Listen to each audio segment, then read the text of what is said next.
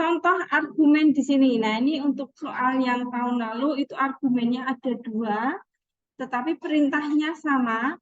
Jadi masing-masing argumen tadi diminta untuk memperlihatkan secara simbolik, kemudian periksa kesahihan, ya. Argumen tadi itu sahih atau kevalidan, ya. Argumen tadi itu valid atau invalid. Nah, nanti kalau di ujian ada pertanyaan itu, jawabannya tidak boleh hanya valid atau tidak valid atau falasi, tidak boleh hanya itu. Ya, kalau cuma jawaban seperti itu tidak saya beri skor. Harus ada alasannya kenapa mengatakan itu valid. Ya. Nah, mari kita lihat ini kunci jawaban yang nomor pertama tadi, ya. Jadi perhatikan kalimatnya, argumennya seperti ini. Setiap mahasiswa yang mengambil konsentrasi komputer mengambil mata kuliah matematika diskrit.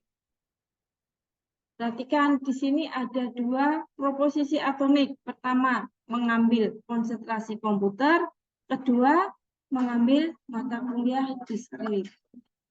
Meskipun tidak ada kata-kata jika, kemudian maka, tetapi dari bahasa ini, dari pengertian kita bisa jabarkan sebenarnya, ya, kalimat ini bisa dibaca jika mahasiswa mengambil konsentrasi komputer, maka dia mengambil mata kuliah matematika diskrit. Hipotesa yang pertama. Yang kedua, Susi mengambil mata kuliah diskrit. Ya, ini hipotesa atau premis yang kedua. Nah, kesimpulannya ini. Jadi, Susi mengambil konsentrasi komputer. Nah, kan tadi perintahnya ada 2. Yang pertama, diminta untuk mempresentasikan, ya, atau memperlihatkan argumen tadi dalam secara simbolik. Ya, pertama, untuk proporsi atomiknya kita beri simbol variabelnya. Tadi ada 2 keadaan. Yang pertama adalah mengambil konsentrasi komputer, yang kedua mengambil mata kuliah matematika diskrit. Ya, maka saya mempunyai 2 variabel. P mengambil konsentrasi komputer, tidak perlu disebut namanya juga tidak apa-apa. Jadi P mengambil konsentrasi komputer, kemudian ini mengambil, ya. Kemudian yang Q mengambil mata kuliah matematika diskrit. Itu proposisi atomiknya. Lalu argumennya bagaimana? Nah, membuat argumentasi secara simbolik, kita baca lagi kalimatnya. Ya. Pertama, setiap mahasiswa yang mengambil konsentrasi komputer mengambil mata kuliah matematika diskrit. Atau mahasiswa mengambil konsentrasi komputer, maka dia mengambil mata kuliah diskrit. Sehingga hipotesa kita yang pertama itu bentuk simboliknya seperti ini. Ya, merupakan proposisi majemuk yang berupa implikasi. Ya, jadi pernyataan bersyarat. Hipotesa yang kedua apa? Susi mengambil mata kuliah diskrit. Hipotesa yang kedua itu Q. Lalu kesimpulannya apa?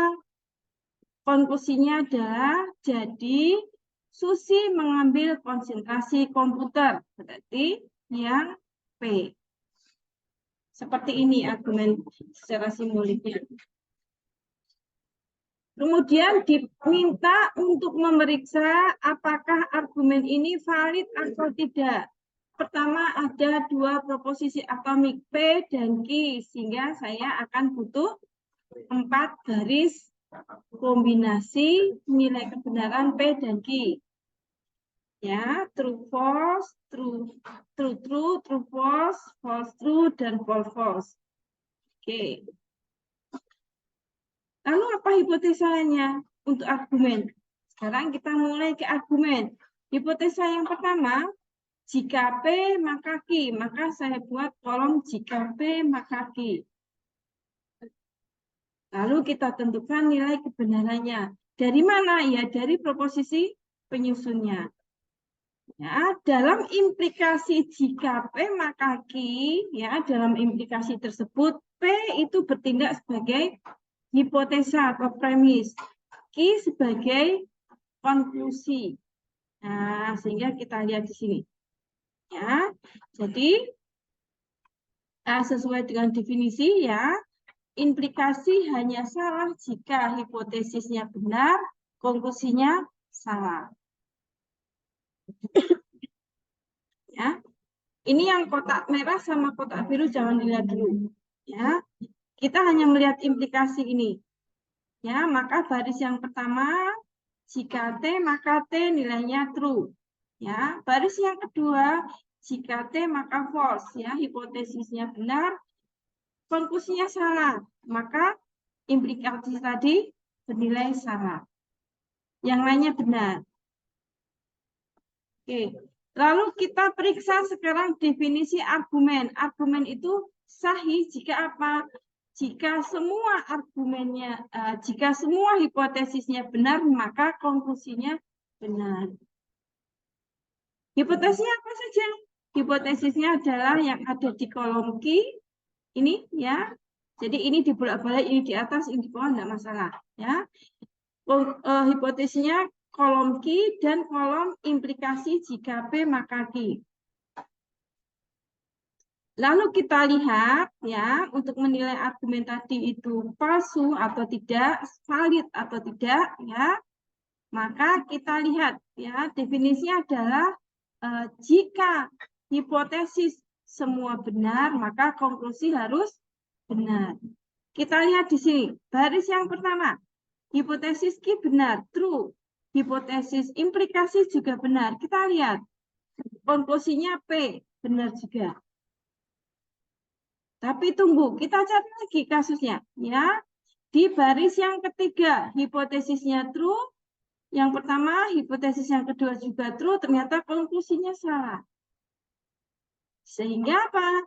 Sehingga karena baris ketiga ini tidak sesuai dengan definisi dari argumen yang valid, maka argumen ini tidak valid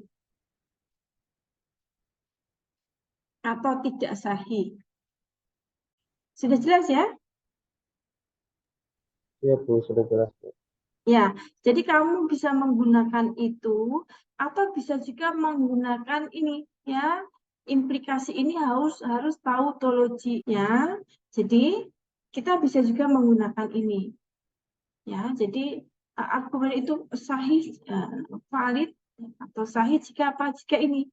Jika implikasi ini berupa tautologi. Tautologi itu apa? Ya berarti nilai kebenaran dari proposisi majemuk ini truth selalu. Ya. Proposisi majemuknya apa? Nah, proposisi majemuknya itu dibuat seperti ini. Ya, jadi implikasi jika hipotesis maka konklusi. Nah, hipotesisnya tidak hanya satu, ya kita beri N. Ya, jadi hipotesis 1 dan hipotesis 2 dan hipotesis dan seterusnya sampai hipotesis N. Jika hipotesis itu tadi ya, maka kesimpulan memeriksa implikasi jika hipotesis maka konklusi. Nah, hipotesis kita ada dua ya. Jika P maka Q.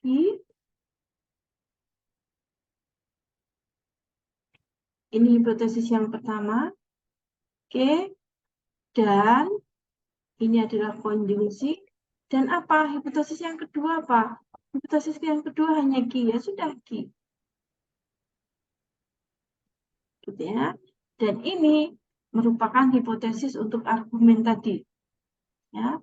Jika hipotesis, maka konklusi. Konklusinya apa di situ? Di situ P. Nah, jika proposisi majemuk ini tautologi, maka argumen tadi itu valid. Tabel kebenaran untuk proposisi majemuk biasa. Ya, ini P dan Q. Kemudian ada apa lagi? Ada jika P maka Q, ini kolom yang ketiga.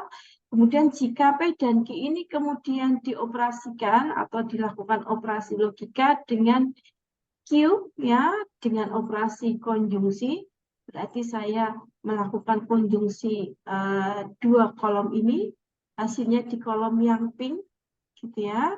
Kemudian kalau ini sudah, maka saya akan jadikan ya ini tadi, yang pink ini tadi menjadi hipotesis untuk implikasi yang ini ya. Jika hipotesis maka konklusi. Nah, kolomnya ada di kolom yang kelima. Nah, kolom yang kelima ini saya mengoperasikan apa? Berarti kolom yang pink ya, ini kan jika hipotesis ini, konklusinya apa? Konklusinya kolom yang ini. Nah, ya, kolom yang P. Nilai kebenarannya di kolom yang kelima ini. Nah, kemudian kita lihat ternyata di kolom yang kelima ini bukan tautologi.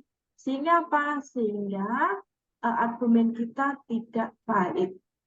Oke, kalian boleh menggunakan ini atau mau menggunakan yang ini boleh. Untuk menentukan argumen tadi valid atau tidak valid. Sampai